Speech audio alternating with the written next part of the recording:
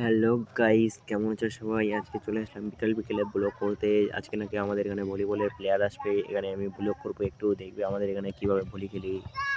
এখানে নেট বাঁধা হচ্ছে, আজকে প্লেয়ার আসবে। তো প্লেয়ারকে ফোন করলাম, প্লেয়ার আসবে রাত্রেবেলা। তো আমাদের নেট একটু ফাড়া আছে, ওগুলো বাঁধা হচ্ছে। আমাদের পয়সা নেই, ওই জন্য ফাড়া নেটে বল খেলি। তো সন্ধ্যা লেগে গেছে, আমিও যাচ্ছি মাঠ।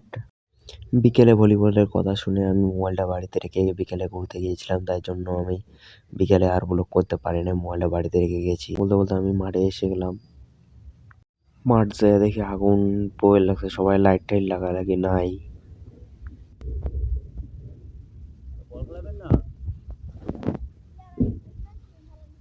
আমার মাইক্রোফোন নাই, তার জন্য সাউন্ডটা জোরে শোনা যাচ্ছে না, একটু একটু প্রবলেম হচ্ছে।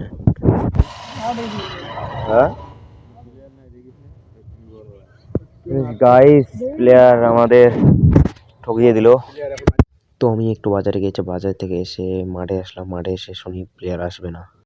এই মাঠের মধ্যে প্লেয়ার আসবে 8টা সাড়ে 8টার দিকে। দাদারা ক্যামেরার পেছন থেকে বলছে মাঠে 8টার সময় প্লেয়ার আসবে, এখানে কোনো খেলা হবে না।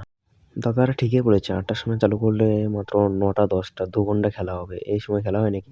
ওই জন্য খেলা হবে না। আজকে আমি বাড়ি যাই, দেখা হচ্ছে কালকে অন্য ব্লগে। আজকের মনে টাটা গাইস।